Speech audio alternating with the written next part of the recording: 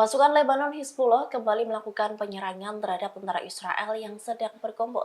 Adapun insiden itu terjadi di sekitar lokasi militer Al-Malikiyah. Tak main-main, Hizbullah melancarkan serangan tersebut menggunakan roket Burkan. Dikutip dari Al-Mayadin, roket Burkan terkenal sangat mematikan dan merusak. Adapun serangan itu dilancarkan oleh Hizbullah pada Rabu 3 Januari 2024 pada pukul 15.40 waktu setempat.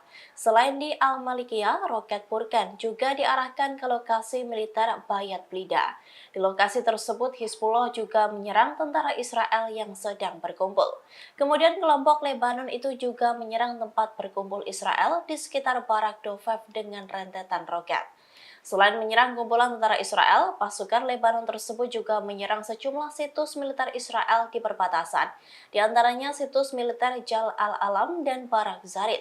Selain itu, media Israel pun melaporkan bahwa Hizbullah meluncurkan rudal anti-lapis baja ke arah Hulu al-Jalil. Mereka juga menyerang jaringan listrik di dekat Kibbutz al-Malikiyah.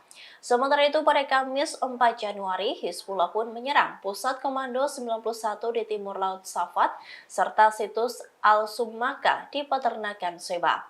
Hizbullah pun mengaku telah melakukan 9 operasi pada Rabu 3 Januari 2024. Download Tribun X sekarang, menghadirkan lokal menjadi Indonesia.